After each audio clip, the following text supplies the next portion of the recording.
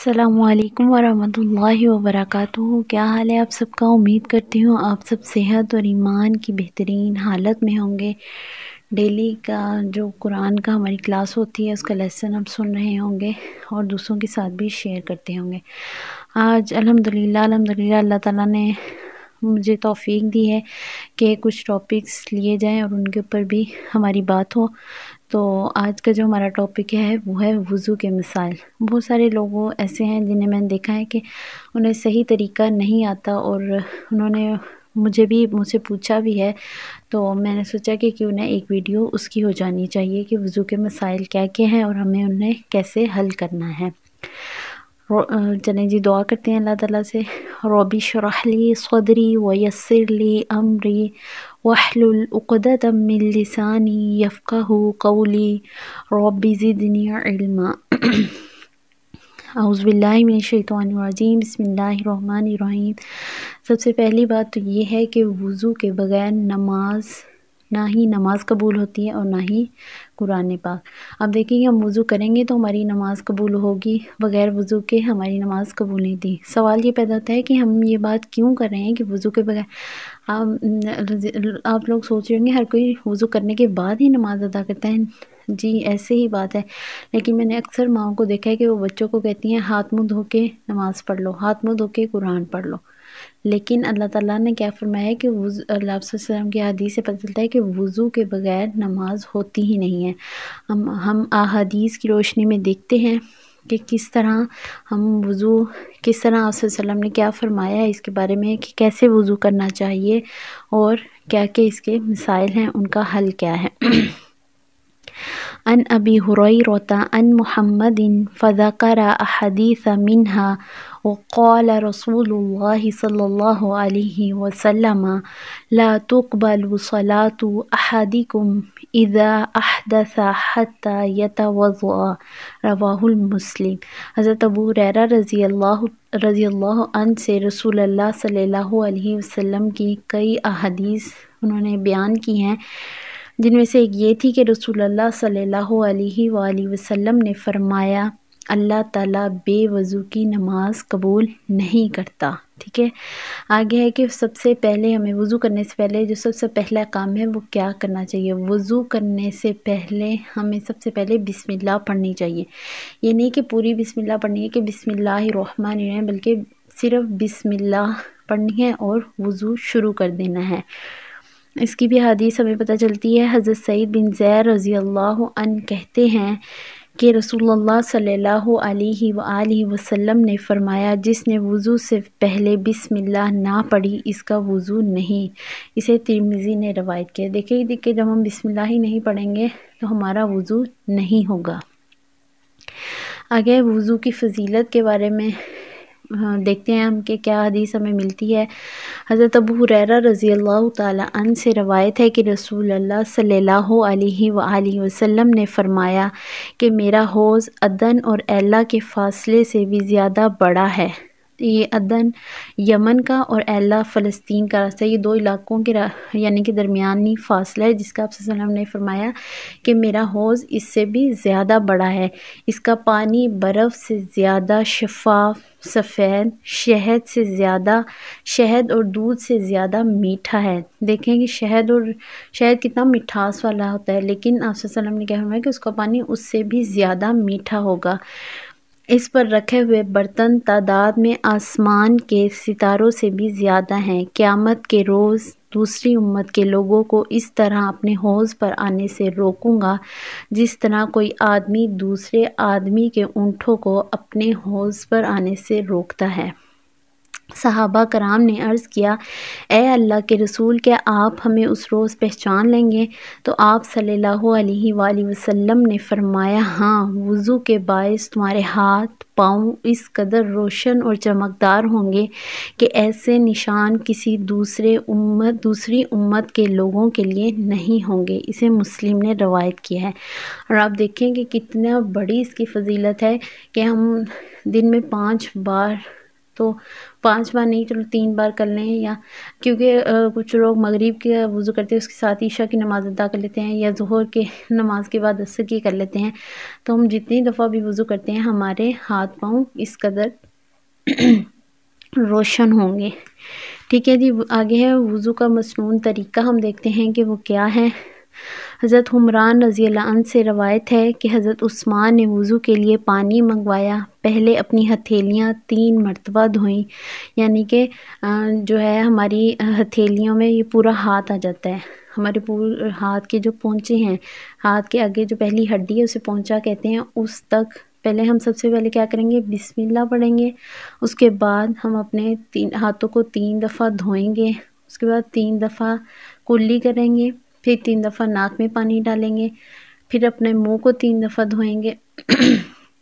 اس کے بعد ہم اپنے بازو کو کوہنیوں تک، پہلے دایاں بازو پھر بایاں بازو، دائیں بازو کو پہلے 3 دفعہ کوہنی تک دھونا ہے، پھر بائیں بازو کو کوہنی تک 3 دفعہ دھونا ہے. اس کے بعد سر کا مسح کرنا ہے اور پھر کانوں کا مسح کرنا ہے.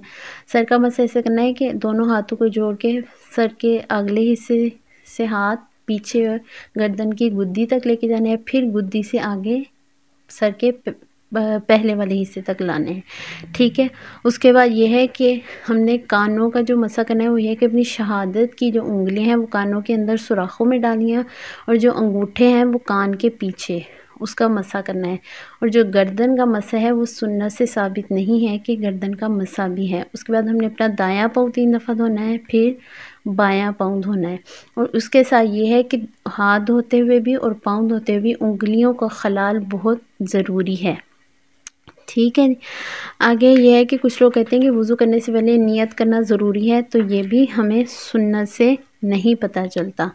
وضو کرنے کے بعد بھی دعا پڑھنا مسنون ہے. اس کی دعا یہ ہے کہ اشہد لا الہ الا اللہ وحدہ لا شریک لہ واشہد ان محمدا عبدہ ورسولہ. اور یہ ہے کہ یہ ترمذی اور مسلم میں یہ روایت ملتی ہے. ترمذی میں کچھ الفاظ کا اضافہ بھی کیا جاتا ہے، وہ یہ ہے کہ اللہم اجعلنی من التوابین وجعلنی من المتطہرین. اے اللہ.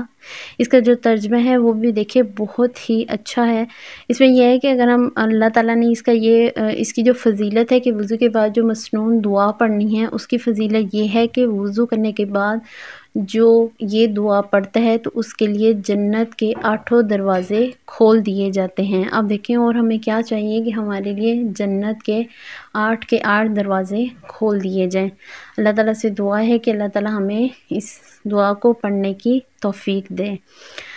آگے آ جاتا ہے کہ رسول اللہ صلی اللہ علیہ وسلم نے ہر وضو کے ساتھ مسواک کرنے کی ترغیب دلائی ہے. اکثر لوگ کہتے ہیں کہ یہ فرض ہے، یہ فرض نہیں ہے بلکہ آپ نے ترغیب دلائی ہے.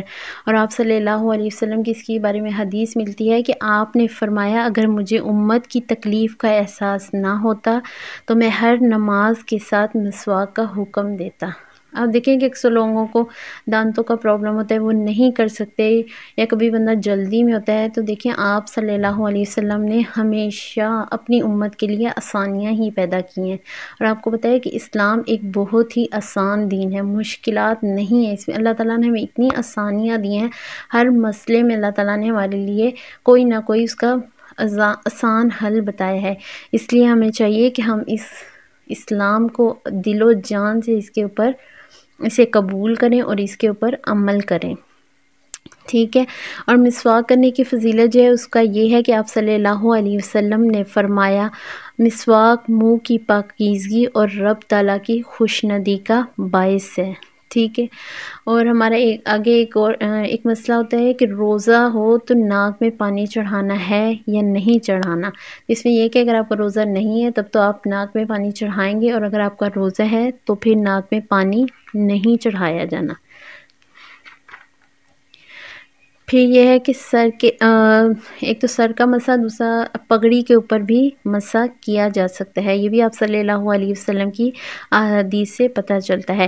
اس میں جو حدیث ہے وہ یہ ہے حضرت مغیرہ بن شعبہ رضی اللہ عنہ سے روایت ہے کہ نبی اکرم صلی اللہ علیہ وسلم نے وضو کرتے ہوئے پیشانی کے بالوں، پگڑی اور موزوں پر مسح کیا. یعنی کہ ہم موزوں کے اوپر بھی مسح کر سکتے ہیں۔ جیسے پہلے جو تھے پہلے زمانے میں یہ جرابیں وغیرہ تو نہیں ہوتی تھی، لیکن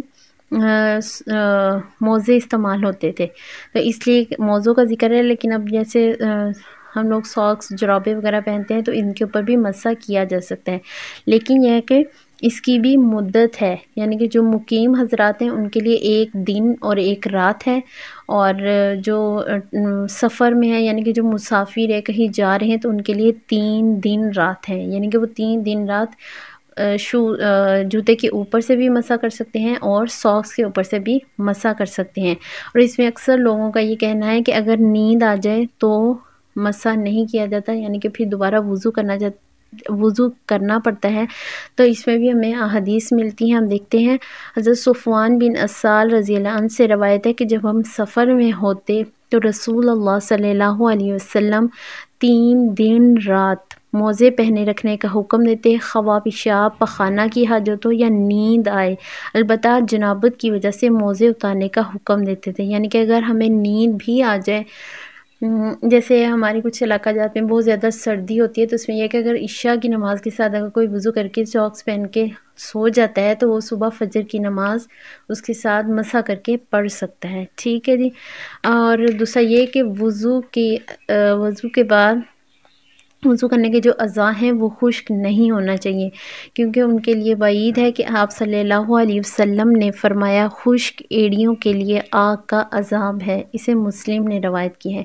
اس لیے کوشش کیا کریں، خاص طور پہ 2 چیزیں جو ہیں وہ وضو کرتے ہوئے خشک رہتی ہیں، ایک پاؤں کی ایڑیاں اور دوسرا بازو کی کوہنیاں۔ یہ اکثر اوقات ایسا ہوتا ہے کہ دیکھنے میں آتا ہے کہ یہ خشک رہ جاتی ہیں، تو اس کے لیے اس میں زیادہ احتیاط کی جائے، ٹھیک ہے۔ اور دوسرا یہ کہ وضو کرنے کے بعد ہم خشک تولیہ بھی استعمال کر سکتے ہیں، یہ نہیں ہے کہ ہم نہیں استعمال کر سکتے۔ اس کا یہ کہ حضرت عائشہ فرماتی ہیں کہ رسول اللہ صلی اللہ علیہ وسلم کے لیے ایک کپڑا تھا جسے آپ وضو کے بعد بدن پونچھتے تھے، یعنی کہ وضو کرنے کے بعد آپ وضو کے اعضاء کو صاف کرتے تھے، اسے ترمذی نے روایت کیا ہے۔ اور یہ ہے کہ کچھ لوگ 3 دفعہ بھی وضو کرتے ہیں، کچھ 2 دفعہ کرتے ہیں، کچھ 1 ہی دفعہ کرتے ہیں، تو لوگ انہیں کہتے ہیں کہ یہ گناہ ہے، 1 دفعہ تو دھو ہی نہیں سکتے، 3 ہی دفعہ دھونا چاہیے۔ کچھ لوگ زیادہ دفعہ دھوتے ہیں کہ یہ ثواب ہے، ایسا کچھ بھی نہیں ہے۔ اس کی بھی ہم حدیث دیکھ لیتے ہیں۔ اس میں یہ ہے کہ حضرت ابن عباس رضی اللہ عنہما سے روایت ہے کہ نبی اکرم صلی اللہ علیہ وسلم نے وضو کرتے ہوئے 1 مرتبہ اعضاء دھوئے، اسے ترمذی نے روایت کی، یعنی کہ وضو کے اعضاء کو 1 مرتبہ بھی دھویا جا سکتا ہے، 2 مرتبہ بھی آپ صلی اللہ علیہ وسلم نے دھوئے ہیں، اور 3 دفعہ بھی دھوئے ہیں۔ ہاں، آپ صلی اللہ علیہ وسلم نے فرمایا ہے کہ وضو کا یہ طریقہ ہے، جس نے اس سے زیادہ مرتبہ دھوئے اس نے برا کیا، زیادتی کی اور ظلم کیا۔ یہ احمد، نسائی اور ابن ماجہ کی روایت ہے، یعنی کہ وضو کے اعضاء کو دھونا 3 دفعہ سے زیادہ بار دھونا اس کے ساتھ زیادتی ہے۔ اور دوسرا یہ کہ کن چیزوں سے وضو ٹوٹتا ہے، اس میں یہ ہے کہ کچھ لوگوں کا کہنا ہوتا ہے کہ آگ پر پکی ہوئی چیزیں کھانے سے وضو ٹوٹ جاتا ہے، لیکن ایسا کچھ بھی نہیں ہے۔ ہاں، البتہ اونٹ کا گوشت کھانے کے بعد وضو کرنا چاہیے۔